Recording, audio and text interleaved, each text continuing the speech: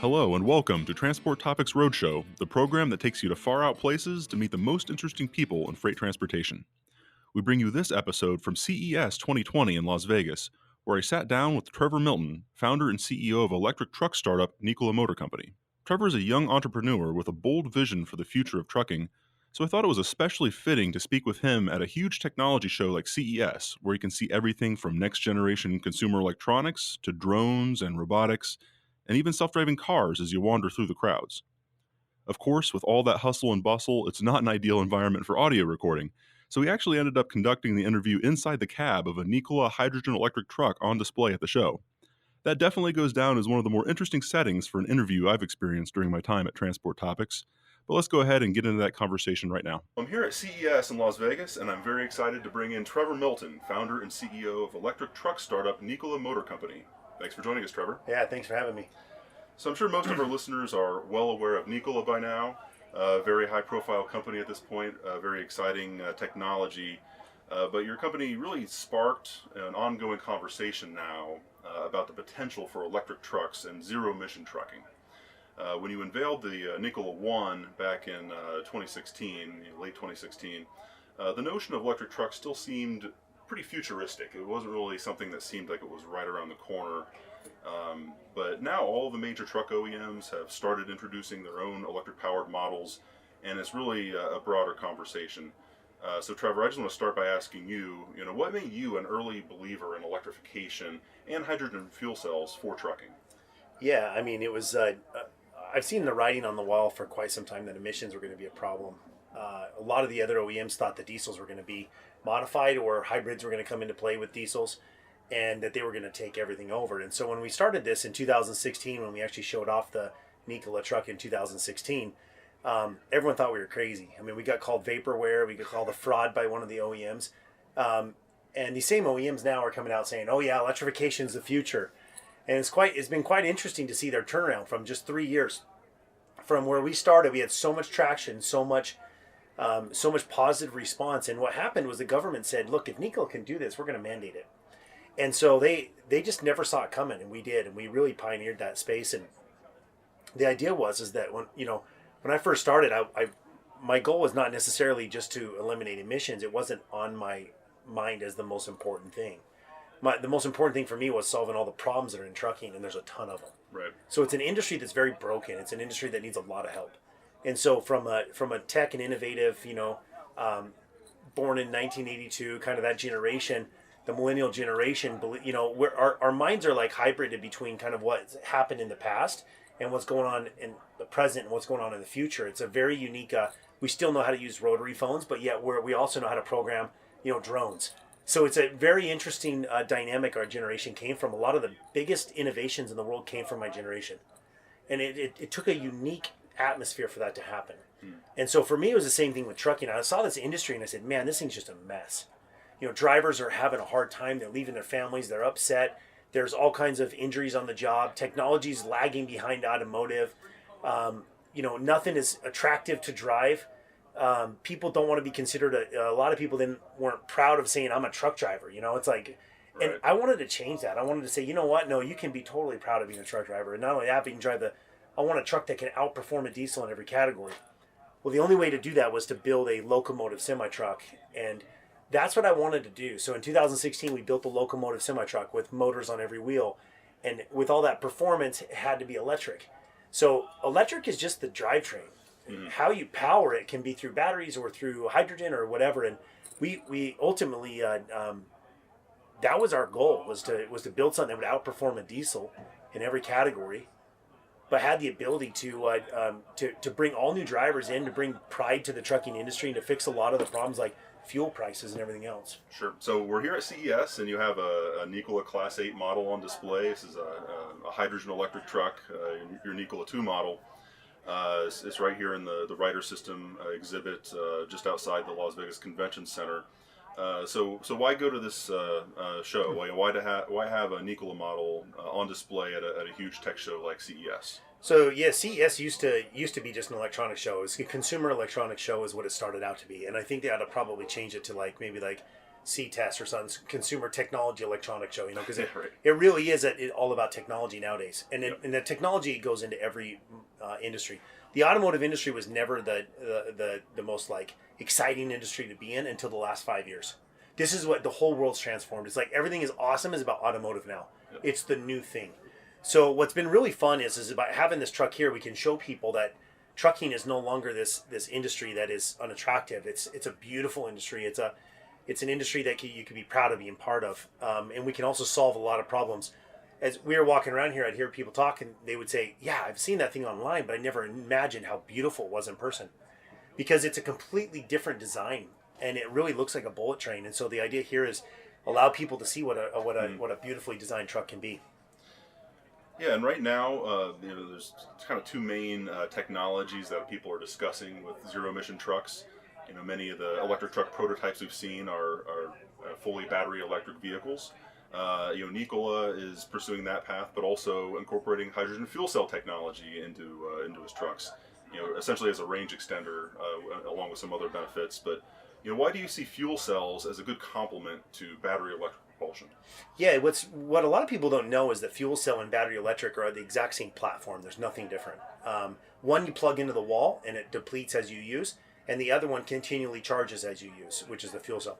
They don't actually hit the same exact market. Fuel cell is all about rapid deployment of trucks and running very light loads.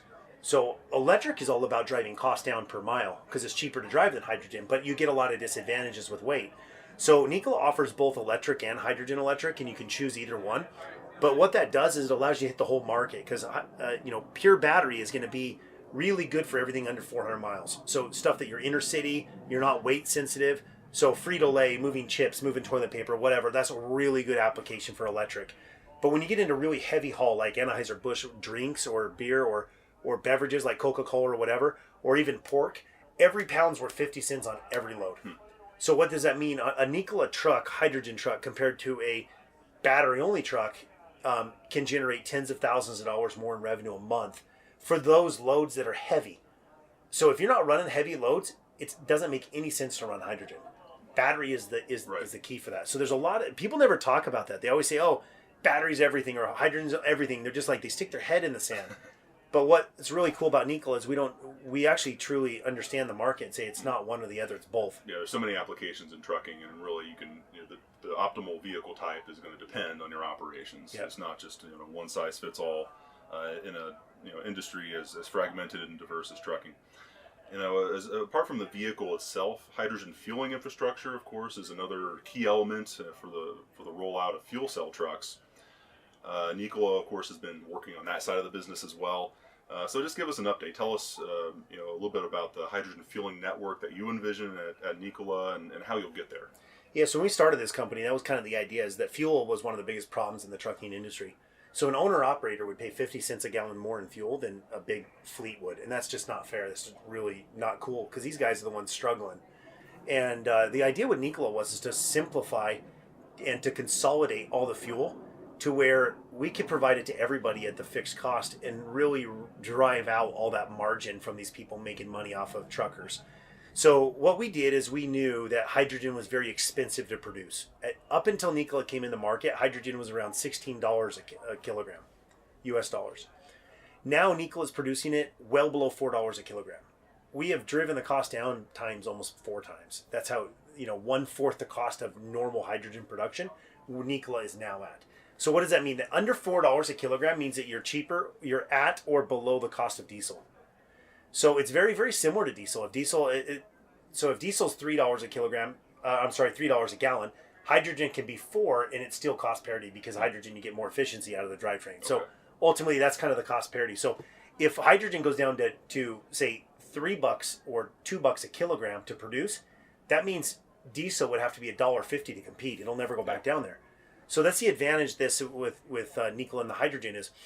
For the last 4 years now, we've been working on the most advanced hydrogen station in the world. It's actually in Phoenix, Arizona. It's larger than any other hydrogen station in the Western Hemisphere. And so what we've been trying to do is make sure that we have all the protocols down. How do you fill a truck this size that has 80 kilograms of hydrogen in 10 minutes? How do you make sure it's competitive with a diesel? You're not sitting there charging for 2 hours like a battery electric. We wanted fast turnaround, in and out, quick, and light. And we've been working on that. So we're right on the end, right on the verge of it now with really trying to prepare this hydrogen station for full production.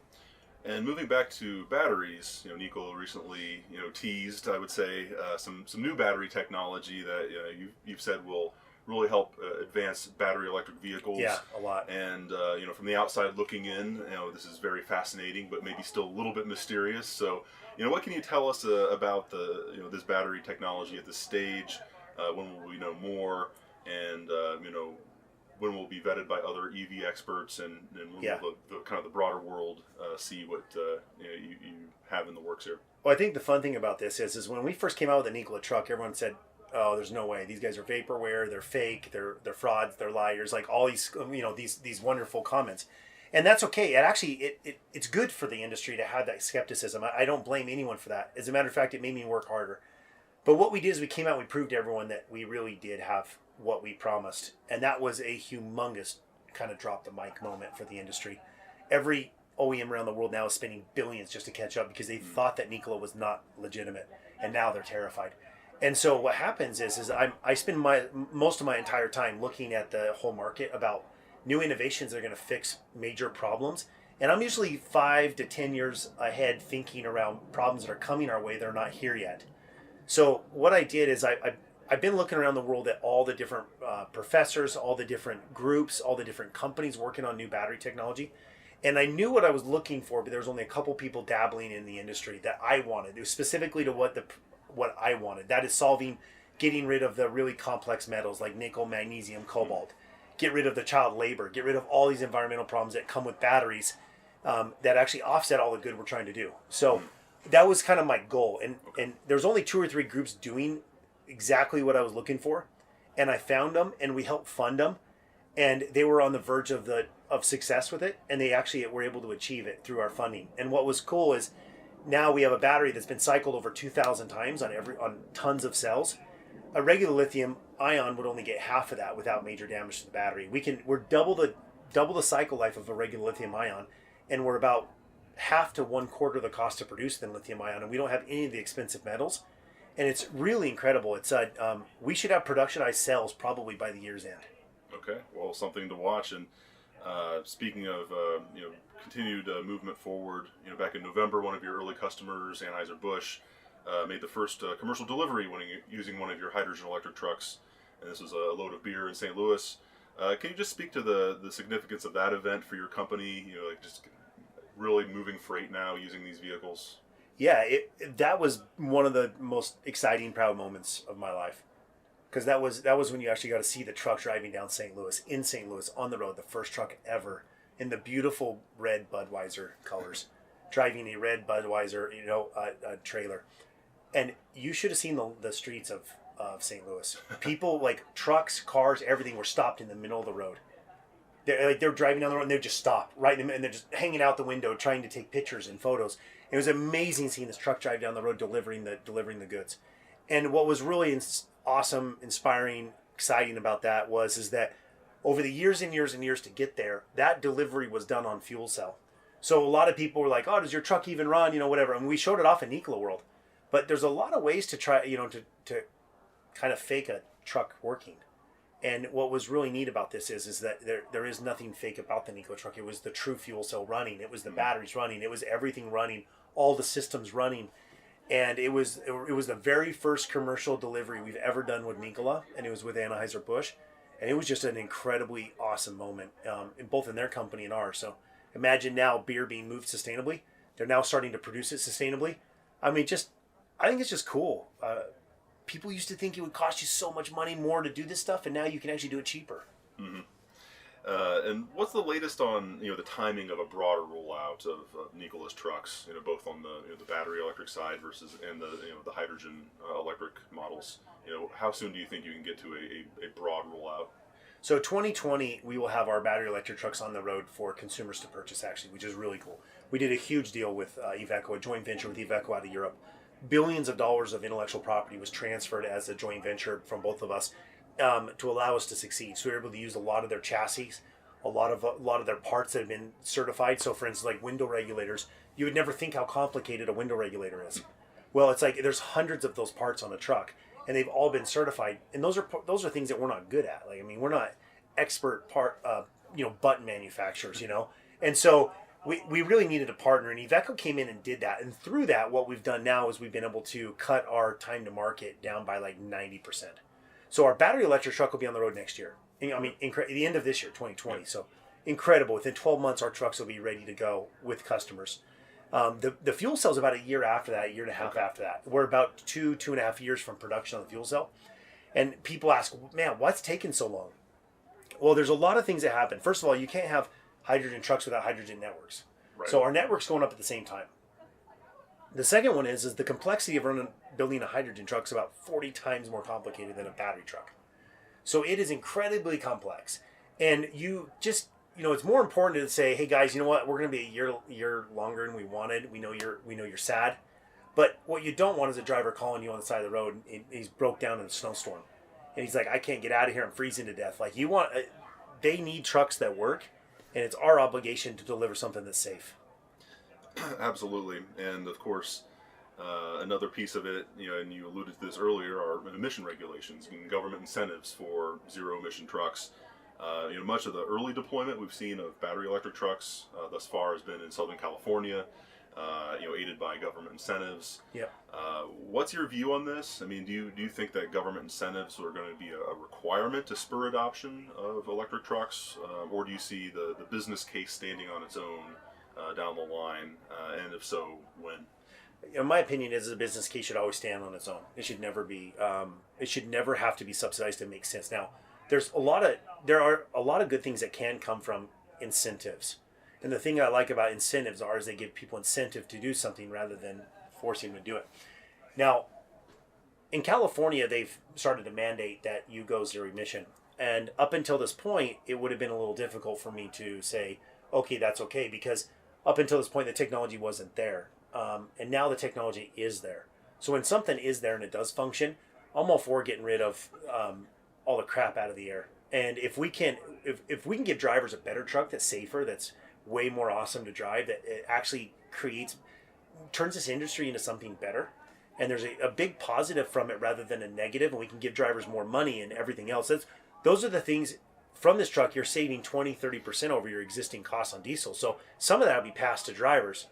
So in that situation, I think that with California mandating that people go zero emission now, the technology's there. I think that's as long as it's there with a business case that stands on its own. So when those incentives dry up, it doesn't collapse the whole industry. I'm okay for it.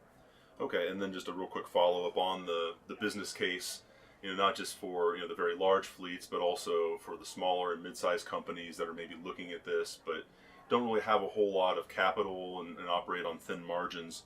And of course, trucking itself has been traditionally a fairly conservative business when it comes to new emerging technologies. I think that's changing. But what will it take for maybe small and mid-sized fleets to someday adopt battery electric and hydrogen electric trucks? I think that's really where Nikola was founded, actually, was the idea of trying to balance the allowing everyone to have the equal chance of opportunity when it comes to success and paying the same for fuel. It drove me nuts. It would break my heart. I'd know friends that were paying 50 cents, 60 cents or more than one of the big trucking companies. And all that money just went right to that corporation rather than the family that needed it. And it was all about a margin, about high quantity purchasing, taking advantage of drivers. So Nikola was really founded on the idea of us controlling the fuel and allowing everyone to have the same access to it. So now a driver can increase his pay by $40,000, $50,000 a year because he's no longer paying the exorbitant price gouging of diesel that he would normally pay. And so I think that's the cool thing about this is it puts everyone on the same playing field and allows people to start making a lot of money that they couldn't make before. So to answer your question, I think it's as soon as possible, we're going to have it it doesn't matter if you're small or big, you're going to get access to the Niko truck. And what's the future of diesel? Obviously, it takes a while for new technologies to spread. I mean, they have to reach the market, and then there's a certain amount of time to permeate the market. And existing trucks, of course, will be used for many years on the used market. But what do you think is the future of the diesel engine and diesel trucks? I mean, do you truly see a day where in our lifetime, there's no more diesel trucks? I think that no more diesel trucks. No, because they're it's not going to hit every industry in the world, and it's impossible to replace anything entirely. But I can tell you that probably 80 to 90% of all the truck sales in the next 10 years will go all zero emission. So it's going to be it's just ramping up right now. So you're going to see a majority of them gone, not all of them, but a majority. And I think that's really soon. Within 10 years, I think you're going to see probably up to 80 to 90% of all orders will be zero emission within 10 years.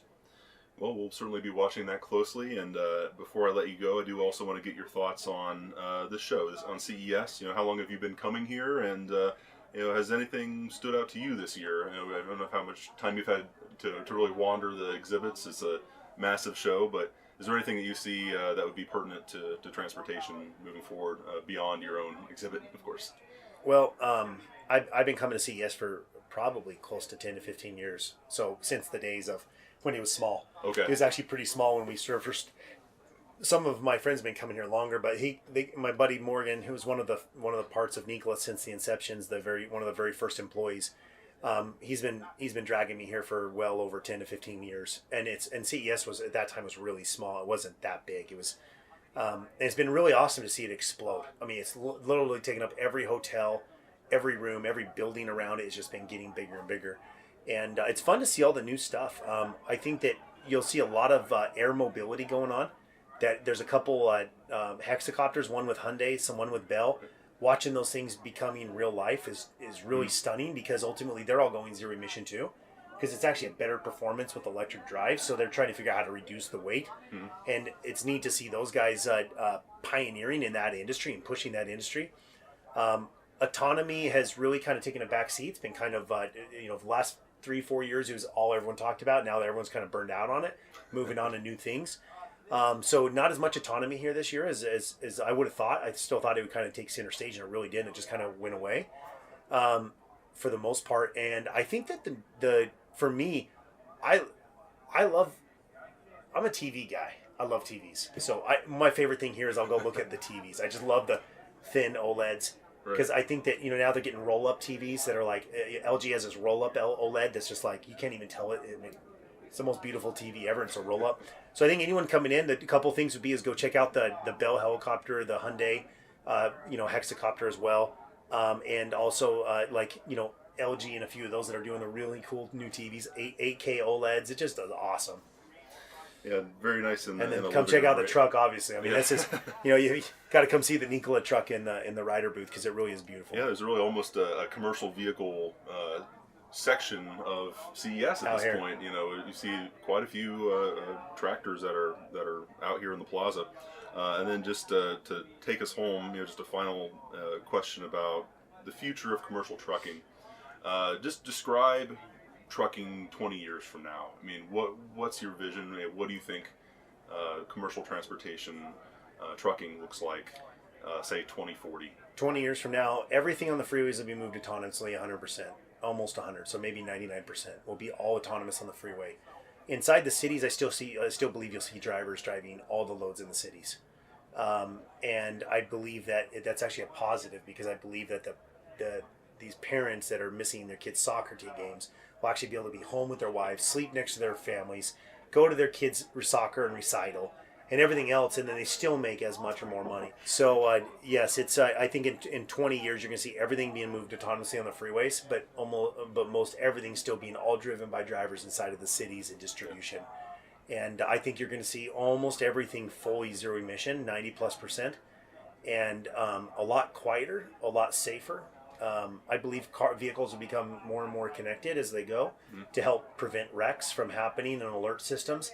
I think that it's I truly believe you're going to see holograms of the road ahead of you for 100 miles in front of you on your vehicle, and that's one of the things I want to I'd love to see happen in Pioneer is 3D mapping a hologram of the next 100 miles in front of you with all the vehicles. Yep. So you can kind of see where pileups are or what's going on, so you know what's coming before you ever get there, and showing you weather and elevation and energy usage in this hologram. It's just like I just see these. It's just a beautiful industry to be in. I'm so lucky to be here. Yeah, it's a really exciting time. Probably the most exciting time in the history of this industry, with all that we see coming to the forefront. So much to write about. Yeah, it's great for you, great for me. I've yet to have a boring day of work covering this industry in 8+ years. I do think that's a good stopping point. I'll let you get back to the rest of the show and enjoy the rest of it. But thank you. I really appreciate the conversation. Thank you. If you've enjoyed this episode, rate and review us on Apple Podcasts and Spotify. I'm Seth Clevenger. Thank you for listening.